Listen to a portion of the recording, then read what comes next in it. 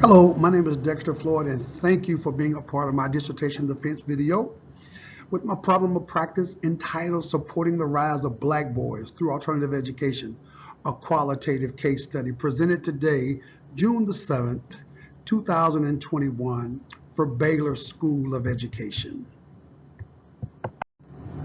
So I'm going to take you through a synoptic overview of what we're going to look at in this video. We're going to look at the problem statement, why this is such an issue. We'll look at the literature review, the things that the literature had to say as to why Black boys particularly weren't doing well in traditional setting and why they became successful in an alternative setting. We'll look at the purpose for why I wanted to do this here in Tyler, Texas.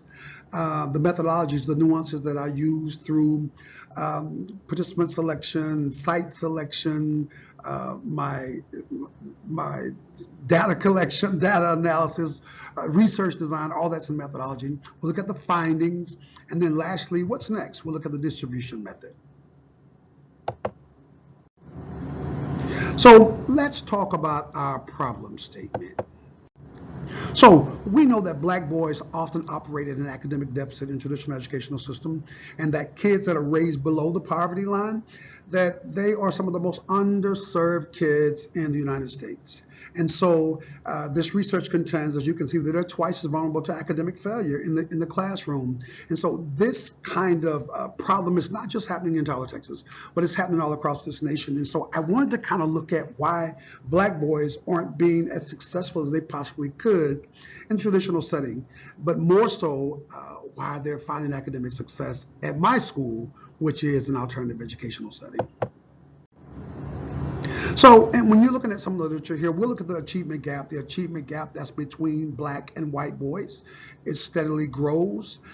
This school to prison pipeline, looking at how, when looking at how skin color and discipline referrals and even encounters with judicial system, how that starts the process of the school to prison pipeline. Ecological factors, in our family poverty, single mothers. We'll look at school-based practices, high teacher turnover, and sometimes things that teachers don't even realize that they have, implicit biases within themselves. Discipline rates, how the differences in the way Black boys are disciplined than their other counterparts. We'll look at culturally relevant pedagogy and its nuances as a theoretical framework, and then also alternative education. What are we doing in alternative education that makes things different for Black boys? So purpose, what's the purpose behind this? So there are some things there on the slide, but my purpose was, as I am the principal of a dropout prevention and credit recovery high school here in Tyler, Texas, I really wanted to look at why Black boys are predominant here at Rise Academy. The two comprehensive high schools, they're not making it there. And so when they get here, the things that they were doing there, they don't do anymore. And somehow they found a way to be successful here. If they were skipping school over there, they don't do it here. If they were in a lot of trouble over there, they're not doing that here. They weren't able to graduate there, but they did here. So as we look at why that's being so, that's the main purpose behind this. I have some stuff on the screen that you can read in my research, but I wanted to look at why the boys are coming to Rise Academy. So let's look at our methodology. And, the research questions are coming up, the research questions that I chose to govern my particular study. The participants, it was purposeful. I looked at 4 participants who had been a part of the 2 comprehensive high schools. 2 were a part of one high school, 2 were a part of the other high school. And I know the research contends that when it's purposeful, I need to get some kids who could best inform me of what I'm looking for and what I'm trying to study. And so they had been a part of comprehensive high schools, and they didn't find success, but they found success here at Rise. The site selection, I chose my own school, this alternative educational setting. Data collection, we use questionnaires and interviews and personal interviews, one-on-one interviews, and then a focus group interview. Data analysis, I used individual case analysis. Of course, and we did a cross-case analysis. This is multiple case, but cross-case analysis. And then from there, I developed some emerging themes that kind of deal with my findings.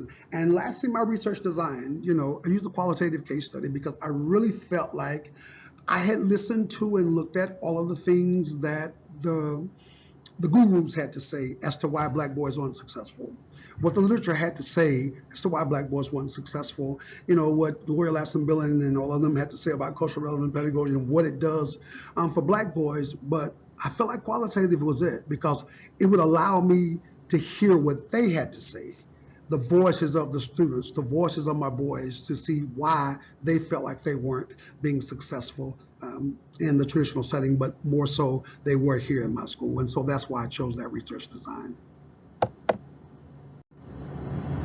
So my research questions. So how do black boys describe, I couldn't read, how do black boys describe their experiences in the traditional educational setting? So that was the first research question that governed. The second one was, how does their experience at Rise, how does it differ from their experience in the traditional setting? And then lastly, why do black boys believe they experience greater academic success here in the alternative educational setting? So those were the three research questions that drove my study. So my findings. So I came up with four major findings. Teacher influence, and if you go back and really look at the research and read the research, teacher influence was huge for them because for the positive and for the negative, because most of them believed that the teachers in the traditional high schools didn't care about them, didn't want them to succeed. They had a notion that the teachers there wanted them to be white or act white, whatever that feels like to them. And so teacher influence was really important when it came to Rise Academy. And I really wanted that to be huge for black boys, which is why 60% of my staff is African-American males, because I felt like that would kind of tie into one of the reasons why they chose a sense of belonging as another huge finding. In with the black males, but also the fact that they weren't judged here. If you go back and read, I think it might have been Terrence maybe that said, we all have troubles. No, it wasn't Terrence, it was Clay. That we all have problems. And so we recognize that when we came here, we all had problems. So nobody's looking at anybody crazy. So they felt like that nobody was going to judge them here. Nobody was going to cuss them out here. They knew they weren't going to cuss anybody else out here. It was this family-like structure that we had worked so hard to achieve, because when they come in, they have weights on their backs and chips on their shoulders. And so we have to make sure that everything that they experience here is dissimilar to what they experience at the traditional setting, or what they experience in the judicial system, or what they experience in everyday life outside of Rise Academy. Third finding was a need for cultural relevance. And so that's huge because I had to really dive into culture. And I know, Dr. B, you're probably going to say, yeah, you probably need to add this in there, because I've thought so much about it, that the cultural relevance really wasn't solely about race. It wasn't about them being black boys, because that culture is huge. We lead with our color in mind. But I made it about the Gen Z culture. I didn't care that their pants were low. I didn't care if they wore hats in class. I didn't care if they had a grill in. I honored even the culture, the Gen Z culture. Because they're just different. They look different. They carry themselves different. Just the culture of black boys is huge. The black culture is huge. But a need for cultural relevance, their culture being celebrated, whether it's the black culture, whether it's Tyler, and in this area it's called Butler College. They are so into the culture of Butler College. And whether it is the Gen Z culture, a need for cultural relevance was important to them in their sustainability and still being in school. And then lastly, they talked about smaller class sizes being really important to them, because they came from a place with large class sizes where they weren't able to be successful. And even in the research, they said that teachers, really didn't care if it was 30, 40 in the classroom, but I think one of the guys says when there's 8 of us in the classroom, they have to make sure that all of us pass. They felt like that the onus was on the teachers. Now, if you can't get 8 kids to pass, then we got some issues here. So those 4 things were huge for them: teacher influence, sense of belonging, need for cultural relevance, and smaller class sizes. But I think if I would spend some time on 2, it would be their sense of belonging and a need for cultural relevance. And not necessarily just the Black culture, but all the cultures that make up who they are in the time in which we live. And lastly, our distribution.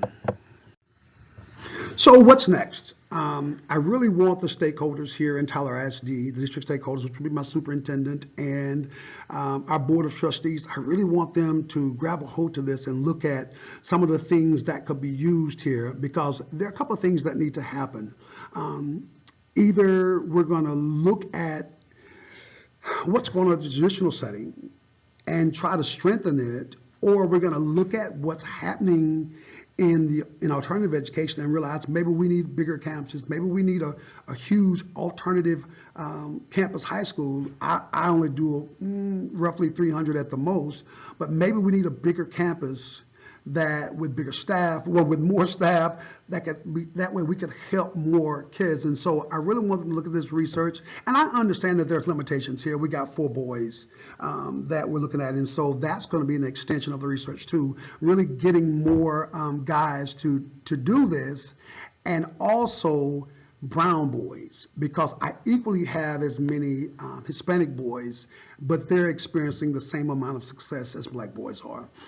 This summer I will be doing an SEL conference here for the district, and I will be able to kind of put in bits and pieces of my research, and it's centered around culturally relevant teaching, and transforming educators, and so I'll be leading that particular training this summer, conference this summer. I'm also with Avid, and so we do that. And so for a while, I was a curriculum writer for Avid. So hopefully, I'll be able to kind of, with the letters behind my name or in front of my name, however you want to look at it, I'll be able to have a little more credibility to kind of maybe start back writing for Avid or even for myself. And lastly, me and Jennifer Wetter, Dr. Wetter, we are working on, we're going to start working on, she wants to co-author a book with me. She said she fell in love with my research, and so it's going to be called Their Stories, The Voices of Black Boys in Education. And so this summer, we're going to really start working on the first parts of that book that is stemmed and based on the research that I did here with at Rouse Academy.